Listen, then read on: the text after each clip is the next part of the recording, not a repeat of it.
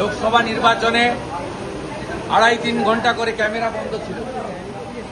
সেই সময় মৃত ভোটারদের স্লিপ নিয়ে অন্যরা ভোট দিয়েছে।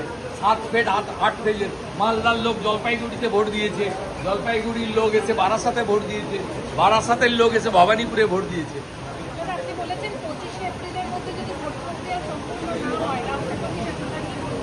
না, এত করতেই হবে। এসআইআর না হলে ভোট হয় না, আর ভোট না হলে এই সরকার গঠন হয়েছিল 5ই মে 2021, 4 মে হচ্ছে লাস্ট ডেট। 4 মের পরে অটোমেটিক করছে, আপনাকে আমাকে চাইতে হবে, এমনি রাষ্ট্রপতি সাথে। No SIR no election. আমি অ্যাপ্রক্স বলেছি বাড়বে বই কমবে।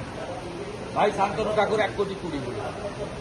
আমি বলছি আমি দীর্ঘদিন ধরে এই রাজ্যে রাজনীতি করি, বহুমুখী লড়েছি। আমার নিজস্ব ধারণা 1 কোটির উপরে যাবে, নিচে যাবে না। কারণ গোটা বর্ডার খোলা, হু করে বাংলাদেশে মুসলমানরা এসেছে, ভরিয়ে দিয়েছে। ভারতীয় মুসলমানদের কোনো চিন্তা নেই, বাংলাদেশি মুসলমানদের নাম থাকবে না। 13 লক্ষ লোককে ডিএক্টিভেট করেছে আধারে, মারা গেছে 13 লক্ষ আফগান লোকসভা নির্বাচন, তাদের নাম তো থাকবে না। 16 লক্ষ ডবল ট্রিপল এন্ট্রি, তাদের নাম তো থাকবে না।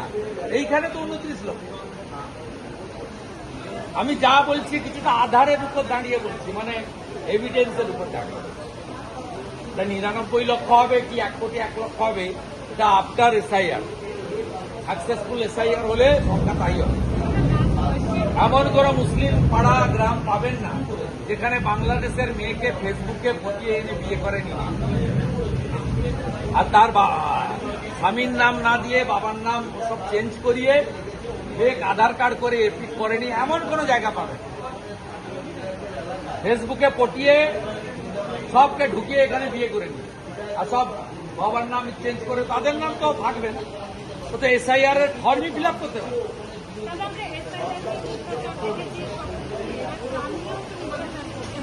মিথ্যা ছাড়া মমতা ব্যানার্জি সত্যি কবে বলেছেন? সেই জন্যই তো নন্দীগ্রামে হেরেছে, এবার ভবানীপুরে হয়।